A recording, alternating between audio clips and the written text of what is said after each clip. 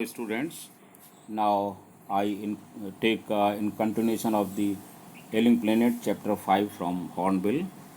That yesterday I left that for the future generation, जो भविष्य की पीढ़ियों के लिए बिना नुकसान पहुंचाए हमारे जो पूर्वज हैं वो व्यवस्था करते हैं.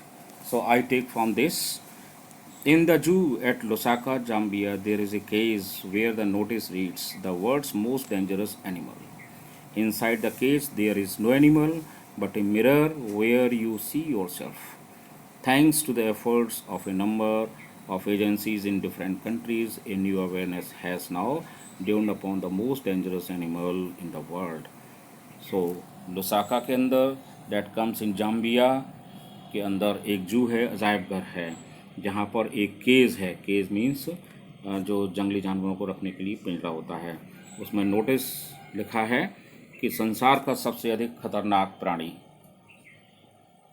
लिखा हुआ है. That reading inside the cage, और केज के अंदर एक कोई एनिमल नहीं है किंतु एक मिरर है, दर्पण है, जहाँ पर वो आप स्वयं को देख सकते हैं.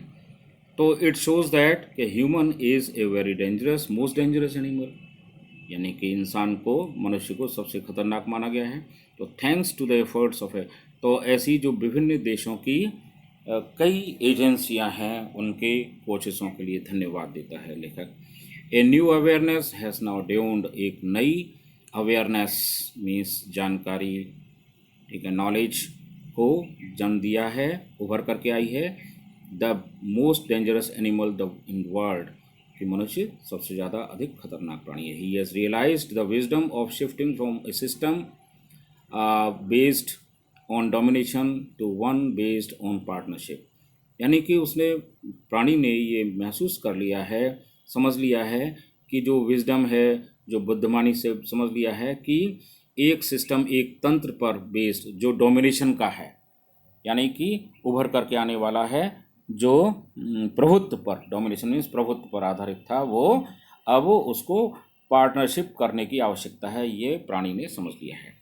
तो साइंटिस्ट्स हैव कैटेगराइज्ड और catalogued about 1.4 million living species with which Mankind shares the earth. वैज्ञानिकों ने एक सूची बनाई है जिसमें कि 1.4 मिलियन यानी कि 14 लाख लिविंग स्पीसीज, जीवित प्रजातियां हैं, जिन्होंने, जो हम मैनका माइंड यानी मनुष्यों के साथ, मानवता के साथ पृथ्वी पर शेयर करती हैं. Estimates vary widely regards the still uncatalogued living species, और ये अनुमान बताता है वैज्ञानिकों का कि अभी भी लिविंग स्पीसीज हैं जिनका अभी सूचीबद्ध नहीं किया गया है, यानी कि लिस्ट में नहीं डाली गई हैं.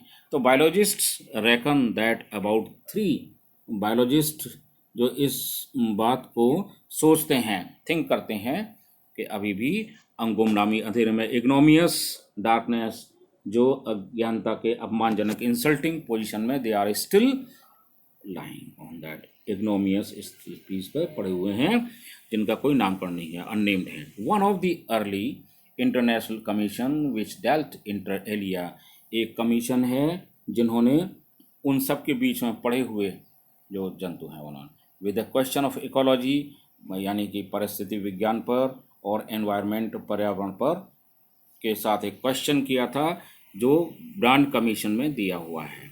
Which had a distinguished Indian, जो एक ब्रांड, जो एक बहुत ही जाने माने प्रसिद्ध भारतीय हैं, as one of its members, और एक इस कमीशन के सदस्य भी हैं, मिस्टर एल के झा. उन्होंने बताया the first brand report raised the question, जो पहली ब्रांड रिपोर्ट में उन्होंने प्रश्न किया है कि are we to leave our successors a scorched planet of advancing deserts, यानी उन्होंने क्वेश्चन किया है कि क्या हम बढ़ते हुए रेगिस्तानी मरुस्थलों के, जो हमारी ड्राइड अप प्लेनेट है, हमारी जो पृथ्वी जो सूख चुकी है, ठीक है, बंजर हो चुकी है, क्या अपने उत्तराधिकारियों को ये सब छोड़कर जाएंगे. इम्प्रोवाइज्ड लैंडस्केप्स, जो लैंडस्केप्स गरीबी में है, यानी कि दरिद्रतापूर्ण है भूदृश्य, एंड एलिंग एनवायरनमेंट, और हम अपने एनवायरनमेंट को बीमार छोड़ करके जाएंगे अपनी भविष्य की पीढ़ियों के लिए. Means for the future generation are we going to leave these poor landscape and the advancing deserts. So Mr. Lester R. Brown in his thoughtful book, Mr. R. Brown ने अपनी बुक में लिखा है the global economy prospect is the title, points out that the earth's principal biological systems are four. हमारी पृथ्वी पर जो चार फोर बायोलॉजिकल यानी जैविक तंत्र हैं जो पूरे मानव जाति को जीवित रखते हैं. They are the fisheries, forest, grasslands and croplands. ये हैं मत्स्य और वन्य जंगल, ग्रासलैंड्स जो घास उपलब्ध कराने वाली ज़मीन, क्रॉपलैंड जो खाद्य उपलब्ध कराती है. And they form the foundation of the global, और ये जो एक आर्थिक स्थिति को सुदृढ़ बनाती है, राइट, इकोनॉमिक सिस्टम को यानी कि आर्थिक तंत्र को सुदृढ़ बनाती है. In addition to supplying our food, these four systems provide virtually all the raw materials for us. और इस प्रकार ये चारों सिस्टम हैं वो प्रत्यक्ष रूप से लगभग हमें ये भोजन उपलब्ध कराते हैं और रॉ मटेरियल कच्चा माल इंडस्ट्री के लिए, कारखानों के लिए कराते हैं. Except minerals and petroleum driven synthetics, जो पेट्रोलियम जो अंदर खनिज तेल हैं, वो मिनरल्स हैं, खनिज पदार्थ हैं, वो उनको छोड़ करके जो कृत्रिम हैं.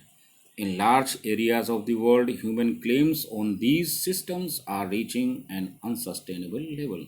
और इस प्रकार विश्व के बहुत बड़े भूभाग पर, एरिया क्षेत्र में मानव अधिकार जमाता है इन चारों सिस्टम पर, और इस प्रकार उनका इस्तेमाल करके यूजलेस तरीके से और ओवर ग्रेजिंग बाई एनिमल्स ये करके वो अब खाली होते जा रहे हैं. A point where their productivity is being impaired, और एक बिंदु पर जहाँ पर उनकी उत्पादकता वो भी समाप्त होती जा रही है, असंतुलित होती जा रही है, इम्बैलेंस्ड होती जा रही है. When this happens fisheries collapse, जब ये अगर होगा, घटित होगा संसार में, तो फिशरीज़ है वो बर्बाद हो जाएगी, ख़त्म हो जाएगी. फॉरेस्ट विलुप्त हो जाएंगे, ग्रासलैंड्स हैं वो बैरन यानी कि बंजर भूमि में तब्दील हो जाएंगे, बदल जाएंगे. एंड क्रॉपलैंड डिटोरिएट, और जो खाद्य पैदा करने वाली भूमि है वो बर्बाद हो जाएगी. तो in a protein conscious and protein hungry world, इस प्रकार overfishing is common every day, यानी कि अधिक मछलियों को पकड़ना, ओवर फिशिंग प्रत्येक दिन, ये जो बहुत ही नुकसानदायक है, जहाँ पर हमको मनुष्य को प्रोटीन की आवश्यकता होती है और प्रोटीन से भूखे लोगों के लिए. In poor countries local forests are being decimated in order to procure firewoods for cooking. गरीब देशों में जो स्थानीय जंगल होते हैं वो डेसिमेट मीन्स डेस्ट्रॉयड, बिल्कुल ही विनाश होता जा रहा है उनका, क्योंकि भोजन पकाने के लिए फायरवुड की आवश्यकता होती है, तो फायरवुड लेते हैं वैसे. इन सम प्लेसेस, कुछ स्थानों पर firewood has become so expensive that what goes under the pot now costs more than what goes inside it. Means जो फायरवुड इतनी महंगी हो गई है, ईंधन इतना महंगा हो गया लकड़ी, कि जो अंदर पकता है पॉट के अंदर यानी कि भोजन खाने वाला है वो सस्ता है.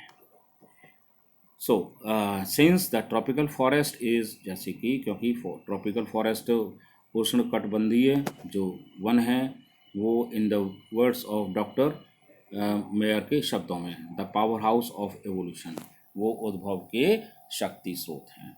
तो several species of life face, बहुत सी जो प्रजातियां हैं जो जीवन की, वो एक्सटेंशन, वो विलुप्तता को फेस करती हैं, के कगार पर हैं, हो चुकी हैं as a result of its destruction, और इस बर्बादी के परिणाम स्वरूप. Not to be continued next.